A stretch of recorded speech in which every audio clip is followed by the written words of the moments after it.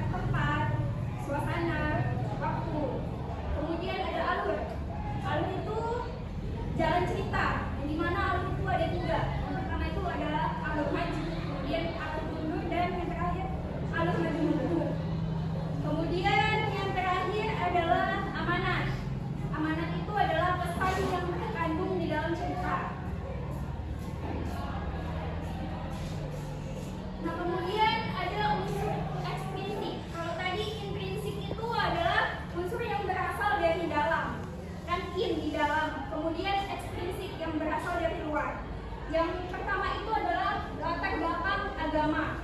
Jadi di dalam cerita hikayat itu terdapat latar agamanya. Nah, kemudian ada nilai dan norma kehidupan, kemudian ada budaya dan adat istiadat. Nah, kemudian apa saja sih Bu nilai dalam teks hikayat? Yang pertama itu ada nilai pendidikan. Jadi di dalam cerita hikayat itu terdapat nilai pendidikannya. Dan ada juga nilai religiusnya dan kemudian nilai sosialnya. Dan yang terakhir ada nilai moral. Ceritanya tetap tidak berubah meskipun diceritakan turun-menurun. Jadi walaupun ceritanya ini diceritakan dari mulut ke mulut, ceritanya tidak bakal berubah, tetap sama. Kemudian ceritanya dimiliki oleh seluruh masyarakat karena tidak diketahui pengarangnya. Yang seperti Ibu bilang tadi yaitu anonim yang tidak diketahui pengarangnya. Kemudian memakai bahasa yang dilebih-lebihkan. Misalnya dalam cerita hikayat Hang Tuah yang dimana kalimatnya itu ada Hang Tuah memiliki kekuatan seperti 1000 gajah. Itu kan dilebih-lebihkan ya kata-katanya. Kemudian ciri hikayat yang keempat itu adalah memakai bahasa yang terus diulang. Misalnya saja adalah, benarkah kau akan meninggalkanku? Benarkah kau akan pergi dariku? Nah, itu kan dia memiliki makna yang sama. Nah, kemudian sifatnya tradisional, yang dimana di dalamnya seperti yang sudah Ibu jelaskan tadi, dia bersifat kesaktian dan memiliki kekuatan yang mustahil. Kemudian yang keenam itu memakai unsur pendidikan di dalamnya. Terus ketujuh sisanya bersifat universal. Kedelapan itu banyak hal magis di dalamnya, dan yang terakhir itu banyak kemustahilan yang dimunculkan dalam cerita. Strukturnya, yang pertama itu adalah abstrak, yang dimana abstrak ini adalah awal dari cerita hikayat. Kemudian yang kedua adalah orientasi, yang dimana di dalamnya ini sudah menjelaskan di mana tempatnya, latarnya, kemudian suasananya. Kemudian yang ketiga itu adalah komplikasi, yang dimana komplikasi ini adalah di dalam cerita tersebut sudah terdapat konflik di dalamnya, sudah ada konfliknya dalam komplikasi. Kemudian evaluasi itu adalah dia sudah mencapai akhir cerita dalam evaluasi ini. Kemudian resolusi, evaluasi, kemudian resolusi itu di dalam cerita ini dia mencapai terdapat solusi di dalam cerita tersebut. Solusi apa sih dalam konflik tersebut di komplikasi ini? Dia dijelaskan dalam resolusi. Dan yang terakhir adalah koda. Nah, koda ini, di dalam koda ini dia terdapat pesan-pesan yang ada dalam cerita teks hikayat. Kemudian ini Ibu kasih contoh cerita teks hikayat Bayang Bulan. Saya Sintamani, nama absen 23. Kami di sini akan menceritakan salah satu teks hikayat yang berjudul Dan baik-baik, nanti Ibu akan tanya. Kerjaan negara melalui sangat baik akan tak tiada. Tak seberapa lama setelah ia berdoa kepada Tuhan, maka saudara melakukan seorang laki-laki yang diberi nama Ojek mati. Setelah kemudian Ojek mengaji kepada banyak guru sehingga sampai untuk Ojek mati 15. Ia dipindahkan dengan anak saudagar yang kaya, amat elok pada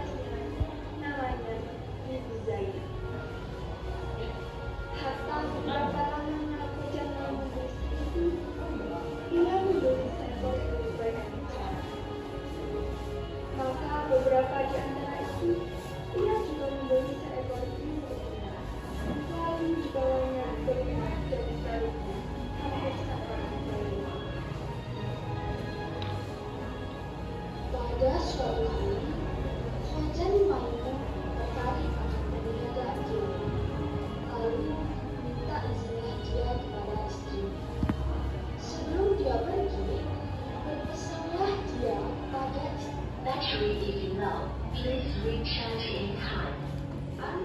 Mufakatlah dengan 2 ekor bus itu. Buaya jangan kira, karena fitnah di dunia amat besar derajat daripada senjata. Hatta beberapa lama di suaminya ada anak raja ajaib muda lalu melihatnya tapi Zainab yang terlalu lama. Berkencanglah mereka untuk bertemu melalui seorang panggilan dulu. Pada suatu malam, pamitlah Bibi Zainab pada burung itu dan menemui anak raja. Maka bernasihatlah tentang perbuatannya yang melanggar aturan Allah Subhanahu wa Ta'ala.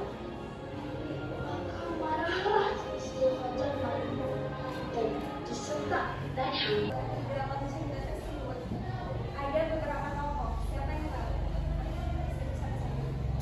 Keluarga Mubarak, keluarga Naniwa, Zainab, Ibu Rukmani Rasio, anak Raja Merah, dan perempuan tua. Kemudian di dalam cerita tersebut itu terdapat kata-kata terkait. Ada yang tahu nggak kata-kata ini? Sehingga lama, semoga terlalu aman, harta bertahun.